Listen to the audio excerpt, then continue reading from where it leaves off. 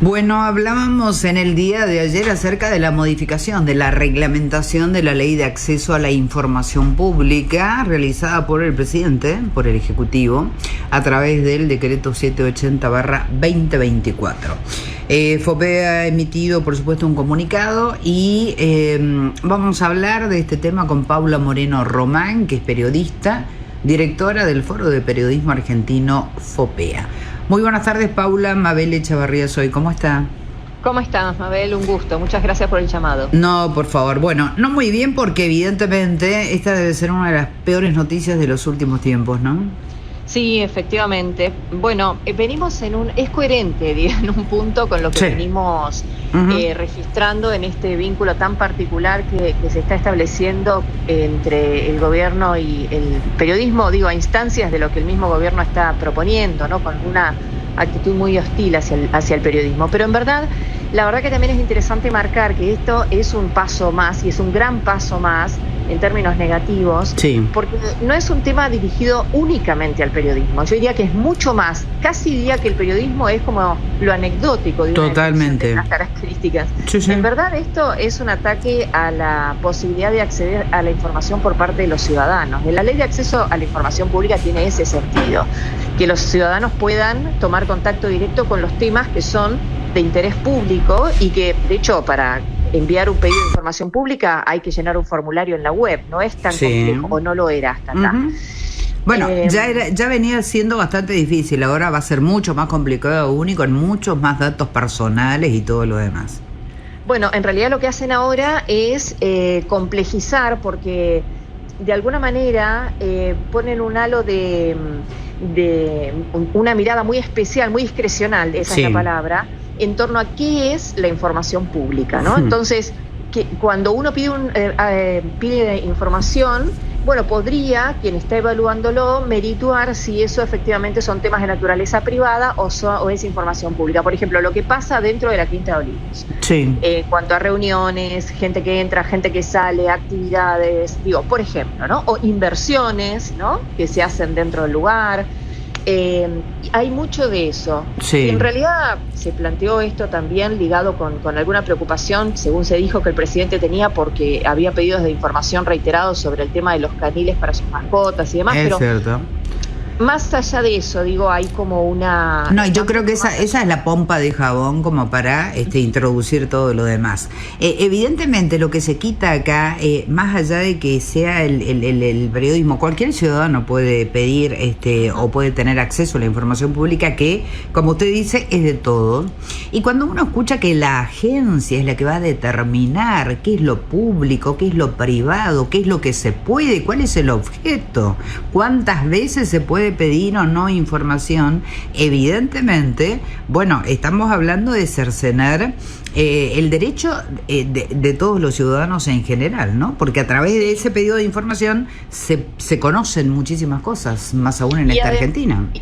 Bueno, ni hablar, porque de hecho esa ha sido una herramienta clave en, yo diría, la mayor parte de las investigaciones periodísticas, yo me refiero al caso nuestro, que es nuestro métier, ¿no? Pero los periodistas en el último tiempo han trabajado en muchos casos de investigación, yo diría mucho más inclusive que muchos lugares de la justicia, y han mostrado diferentes situaciones irregulares con protagonistas estatales y con recursos públicos o haciendo uso de esta herramienta. Eso hoy podría estar perfectamente controlado a partir de esta normativa. ¿Nosotros podemos tener otras fuentes? Sí, claro, siempre podemos tener otras fuentes, pero el punto es que necesitamos validarlas con la información oficial y hacer ese contraste, es parte de nuestra metodología, de nuestro trabajo. De manera tal que, bueno, ahí hay varias cuestiones preocupantes realmente.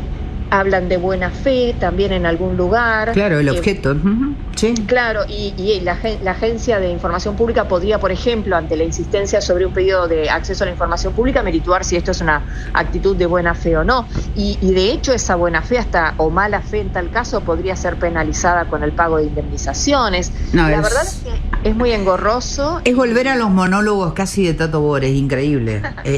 Claro, porque estamos hablando del señor censor, o cuando trabajamos en radio en la época de la dictadura, que se tachaban algunos temas musicales que no se podían pasar. Es increíble porque lo definía un señor que estaba en una... Bueno, ahora se llama agencia. Ay, perdón, pero recordé con esto que decías una colega de muchos años, sí, que ayer me dijo que había que esto le remitía a lo mismo, a la imagen de Tato Bores con la jueza Vudú. Claro. Y eran otros momentos. No, pero bueno, además... Esperemos igual que haya una...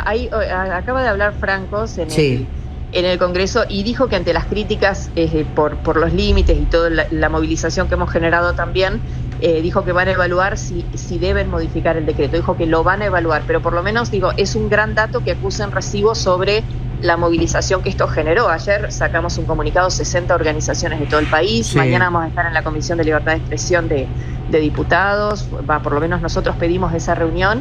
Nos reciben mañana, creo que invitaron más organizaciones, pero bueno, FOPEA pidió esta reunión la semana pasada. No, y hay un proyecto de ley también para declarar nulo, de nulidad absoluta e insanable este decreto, que ingresó también, o que va a ingresar a la Cámara de Diputados. Así es que esto lo firma la diputada Gaillar, junto a Martín Soria y Lorena García. Pero la verdad que es cierto, es una cadena de cosas que se van sucediendo y que de alguna u otra manera hay que despertar, hay que comunicarlas y hay que frenarlas, porque realmente esto no afecta únicamente a nosotros como periodistas o a los periodistas investigadores de investigación, sino que afecta en general a la sociedad, porque se queda sin un elemento de saber los temas que están sucediendo. Y además se afecta la calidad de la información y la verdad que la ciudadanía mal informada o informada a medias no puede tomar buenas decisiones. Por supuesto. Y en definitiva de lo que estamos hablando, cuando hablamos de los intentos para manejar la información, es una discusión de poder lo que hay de fondo. El poder puesto al servicio de qué, ¿no? Después veremos, pero al final de la historia es de eso de lo que estamos hablando. Entonces, por eso es clave que como ciudadanos, no como periodistas, entendamos que la información nos pertenece como ciudadanos, que no le corresponde al gobierno, que no somos los periodistas dueños de la información, que no lo es, una corporación en particular. Cada ciudadano es el dueño de la información. Ah, totalmente. Por eso justamente es información pública, porque tiene que ver con cuestiones de interés público que hacen a la actividad de los de aquellas personas que por el momento están ocupando algún estamento en el Estado, y eso hace que se puedan controlar. Hablaba usted recién del tema de la Quinta de Olivos, de lo que se hace hacia adelante, hacia adentro y demás. Si no fuera por información que comenzó a surgir, tampoco se hubiera sabido lo que pasaba con el expresidente y su exmujer y todo lo demás. La causa de los seguros sale también por una investigación periodística. Sí, totalmente. Y hablando de lo último, ¿no? Sí, muchas causas. En los casos del tema de alimentos en Capital Humano también hubo datos que estuvieron vinculados con eso. Hay muchas causas que fueron motorizadas por la persistencia periodística, diría, mucho más que la persistencia judicial en muchos casos, ¿no? Sí, totalmente. Ahora, es importante esta parte del comunicado de FOPEA que habla de que debe presumirse como regla que toda la información que existe en poder de los órganos públicos puede y debe ser divulgada. Es un derecho que nos asiste como ciudadanos. Estamos asistidos. Ayer hablábamos con abogados, se han expresado algunos constitucionalistas también, y evidentemente se avasallan algunos derechos de nuestra Constitución, y un decreto no puede ir jamás por encima de lo que tiene que ver con la Constitución, ¿no? Es que efectivamente un decreto, los decretos, las leyes las sanciona el Congreso y tienen todas o deben tener su reglamentación, pero el sentido de la reglamentación es operativo, no puede ir contra el espíritu de la ley. Ese es el gran tema de este instrumento. Por eso, muchos abogados, nosotros ayer cuando trabajábamos en el tema contrarreloj, ayer y antes de ayer, sí, lo que nos planteaban era esto, ¿no? La inconstitucionalidad de una medida de estas características que atenta contra el espíritu del legislador. Lo que hace el decreto es meterse en lo que el Congreso, o suponer lo que el Congreso quería o no quería hacer y escribirlo, ¿no? Adosarlo a una idea muy diferente. No, totalmente. Y cambia radicalmente el espíritu de la ley. Claro, lo cambia, directamente lo borra. Efectivamente, ese es el tema. Bueno, entonces me decía que habían pedido una reunión. ¿Para cuándo, perdón? Mañana estamos en la Comisión de Libertad de Expresión de la Cámara de Diputados de la Nación. Ajá. Nosotros pedimos esta reunión hace ya una semana. La Comisión de Libertad de Expresión se constituyó en abril, la preside la diputada Orozco de Salta, de la Libertad Avanza, y se reunieron en aquel momento y luego creo que tuvieron una segunda reunión hace muy poco. Ya entonces, en abril, se planteó todo este clima de hostilidad hacia el periodismo y la necesidad de convocar a diferentes organizaciones y periodistas agredidos. Bueno, desde entonces, desde abril hasta acá pasaron cosas, porque la verdad es que nuestro monitoreo sigue reflejando todas las agresiones de manera constante. Y la semana pasada, cuando se reunieron, nosotros enviamos una nota pidiendo un encuentro y ser parte de ese encuentro para plantear nuestros argumentos y que nos escuchen. Nos confirmaron eso el viernes, que esta semana estábamos invitados para asistir.